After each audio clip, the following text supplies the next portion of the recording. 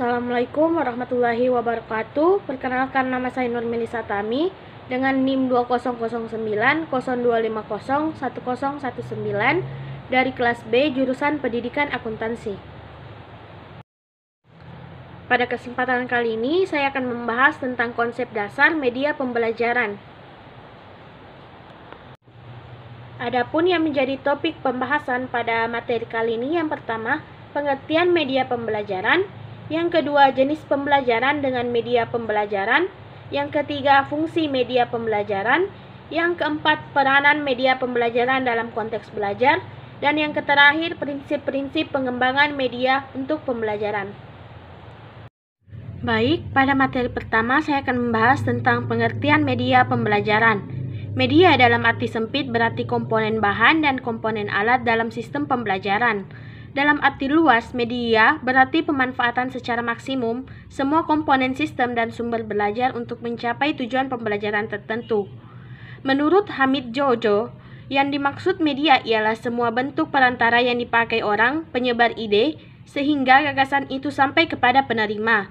Sedangkan MC Luhan memberikan batasan yang intinya bahwa media sarana yang disebut saluran, karena pada hakikatnya media telah memperluas dan memperpanjang kemampuan manusia untuk merasakan, mendengar, dan melihat dalam batas jarak dan waktu tertentu.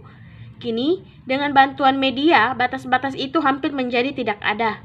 Dan selanjutnya, Blacks and Horalson berpendapat media adalah saluran komunikasi atau medium yang digunakan untuk membawa atau menyampaikan suatu pesan, di mana medium itu merupakan jalan atau alat dengan mana suatu pesan berjalan antara komunikator dan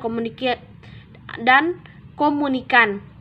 Berdasarkan pada batasan-batasan di atas, maka dapatlah diambil kesimpulan bahwa media adalah suatu alat atau sarana atau perangkat yang berfungsi sebagai perantara atau saluran atau jembatan dalam kegiatan komunikasi, yaitu penyampaian pendapat, penyampaian dan penerimaan pesan antara komunikator atau penyampai pesan dan komunikan atau penerima pesan.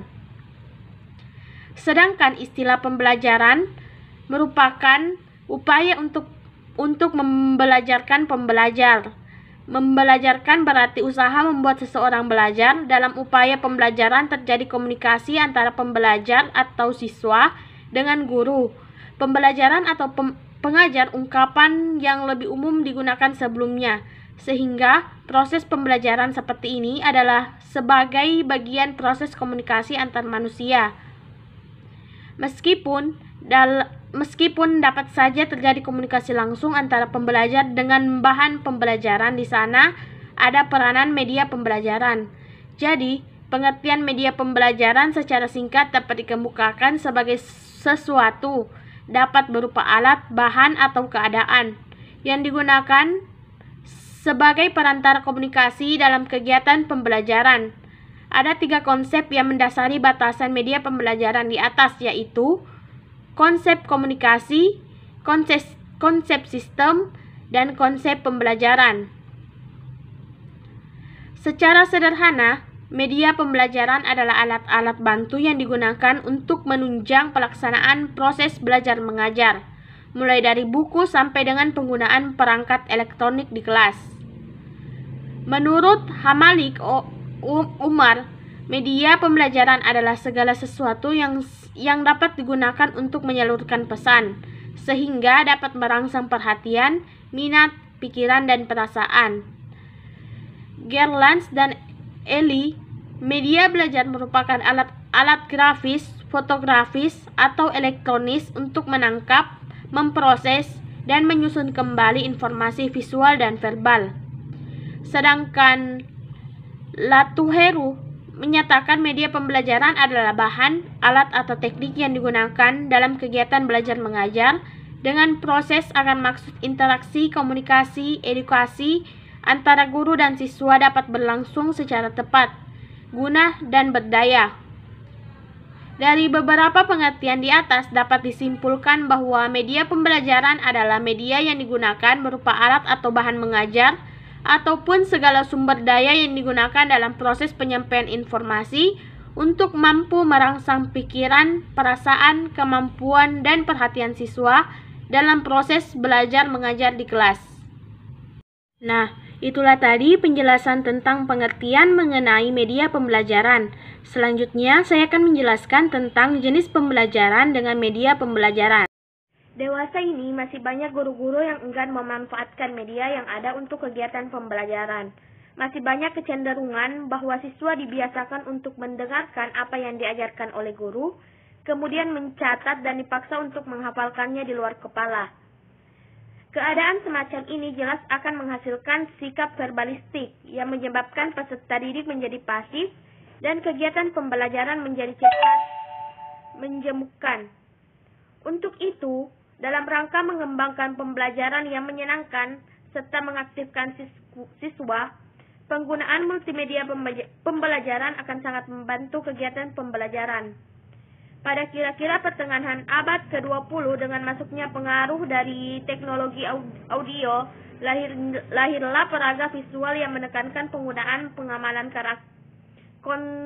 konkret untuk menghindari verbalisme. Pada akhir 1950-an, teori komunikasi mulai mempengaruhi penggunaan alat bantu audiovisual, sehingga fungsi media sebagai alat peraga menjadi bergeser menjadi penyalur pesan atau informasi belajar.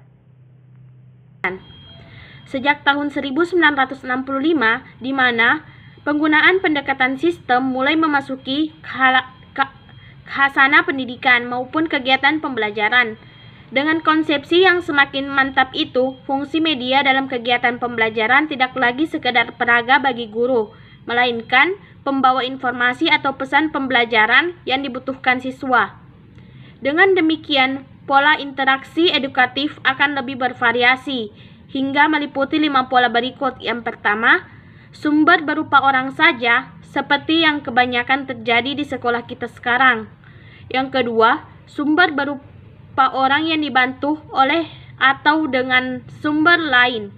Yang ketiga, sumber berupa orang bersama dengan sumber lain berdasarkan suatu pembagian tanggung jawab.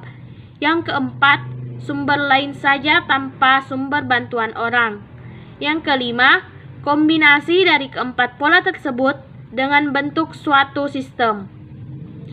Pembagian jenis dan karakteristik media pembelajaran dapat dilihat sebagai berikut.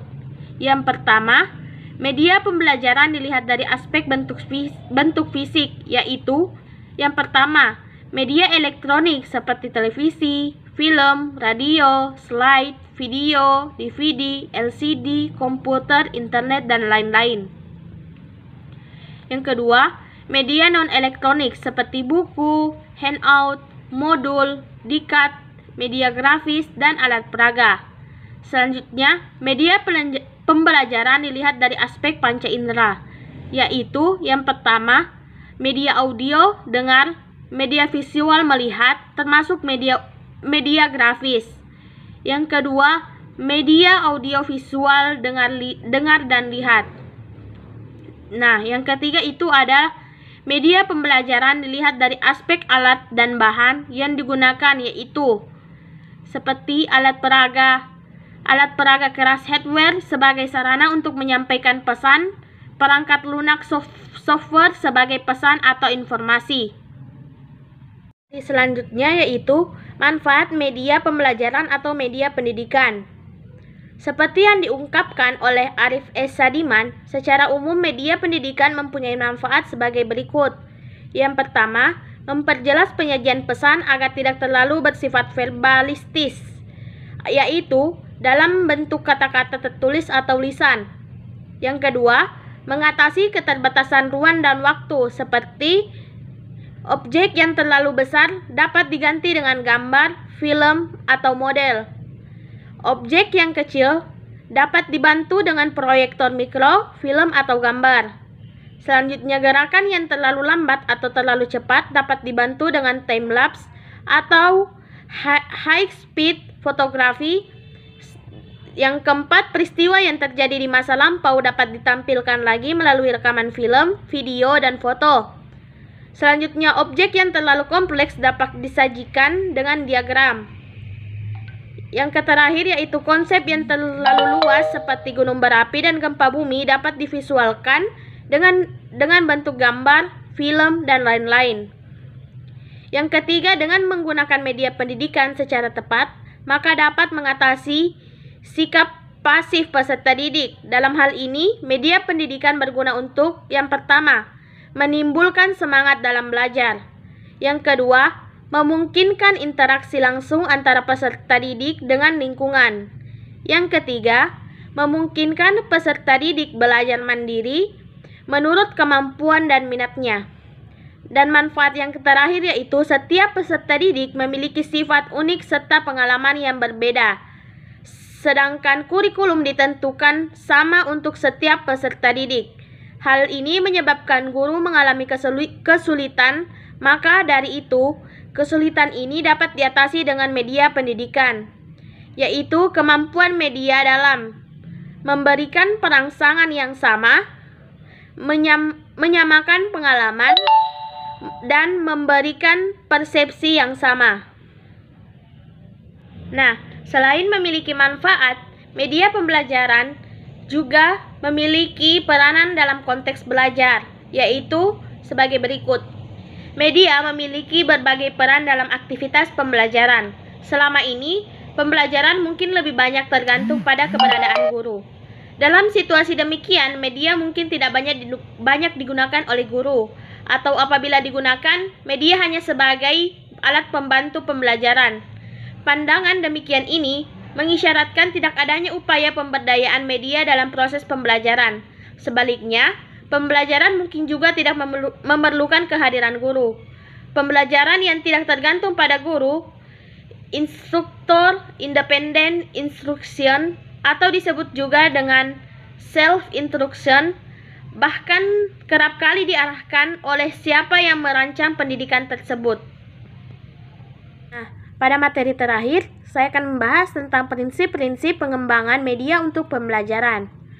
Secara umum, mengembangkan multimedia pembelajaran perlu diperhatikan prinsip visuals yang dapat digambarkan sebagai singkatan dari kata-kata yang pertama, visible yang artinya mudah dilihat, interesting yang artinya menarik, simple yang artinya sederhana, useful yang artinya isinya berguna atau bermanfaat, akurat yang artinya benar atau dapat dipertanggungjawabkan, legitimate yang artinya masuk akal atau sah. Adapun menurut Kentut bahwa pengembangan media harus dilakukan sesuai dengan prinsip-prinsip pengembangan media pembelajaran. Beberapa prinsip berikut perlu dipertimbangkan ketika akan mengembangkan media pembelajaran, yaitu yang pertama, harus dikembangkan sesuai dengan prosedur pengembangan instruksional karena pada dasarnya media presentasi yang kita bahas di modul ini adalah untuk keperluan pembelajaran. Jika tidak menetapkan prinsip ini, maka bahan presentasi yang dihasilkan akan tidak efektif untuk mencapai tujuan pembelajaran, atau malah akan mirip sebagai bahan presentasi untuk informasi pada umumnya.